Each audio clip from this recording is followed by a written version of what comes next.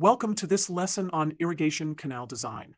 Today, we're going to solve a practical engineering problem about designing an unlined lateral canal for agricultural irrigation. Here's the problem. An unlined lateral canal is to be designed to irrigate 500 hectares. The bottom slope is to be 0.15%, and the side slope Z is 1.5. The roughness coefficient is 0.025. The maximum permissible velocity is 0.8 meters per second. If the farm water requirement is 17.28 millimeters per day, the design bottom width should be what? We have four options: 0.6 meters, 0.85 meters, 1.0 meters, or 1.25 meters. To solve this problem, we need to follow a systematic approach. First, we'll determine the required discharge based on the irrigation area and water requirement. Next, we'll calculate the required cross-sectional area of the canal using the maximum permissible velocity. Then, we'll establish the relationship between the canal's geometry and its hydraulic properties. Finally, we'll use Manning's equation to find the correct bottom width. Let's start by calculating the required discharge. First, we convert the irrigation area from hectares to square meters. 500 hectares is equal to 500 times 10 to the power of 4 square meters, which equals 5 million square meters. Next, we need to convert the water requirement from millimeters per day to meters per day. 17.28 millimeters per day equals 0.01728 meters per day. Now we can calculate the volume of water required per day by multiplying the area by the water depth. 5 million square meters times 0.01728 meters equals 86,400 cubic meters per day. To convert this to discharge in cubic meters per second, we divide by the number of seconds in a day. 86,400 cubic meters divided by 86,400 seconds equals 1.0 cubic meter per second. So our required discharge Q is 1.0 cubic meter per second. Now that we have the discharge, we can calculate the required cross-sectional area of the canal. We use the continuity equation, which states that discharge equals velocity times area, or Q equals V times A. Rearranging to solve for area, we get A equals Q divided by V, substituting our values. A equals 1.00 cubic meter per second divided by 0.8 meters per second, which gives us 1.25 square meters. So the required cross-sectional area of our canal is 1.25 square meters. Next, we need to understand the geometry of our trapezoidal canal. A trapezoidal canal has a flat bottom with sloping sides.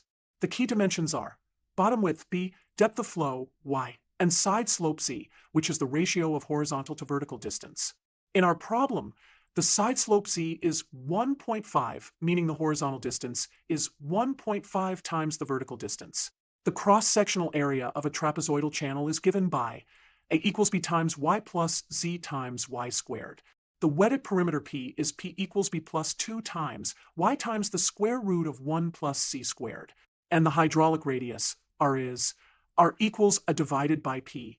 We already know that A equals 1.25 square meters, Z equals 1.5, but we still need to determine B and Y.